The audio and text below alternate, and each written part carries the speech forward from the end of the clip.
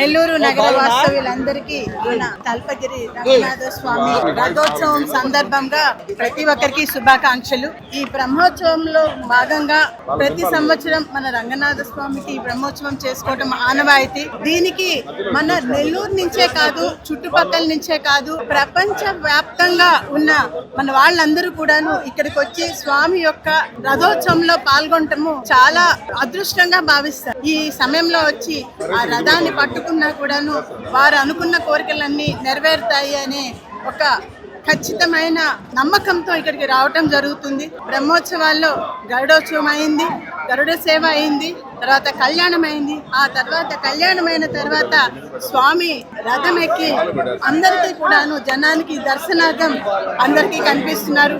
ఇటువంటి శుభదినాన ఇక్కడికి వచ్చి రంగనాథ స్వామి వారిని సేవించుకోవటం, దర్శించుకోవటం, ఆశీర్వాదం తీసుకోవటం నా పూర్వజన్మ సుకృతంగా భావిస్తున్నాను.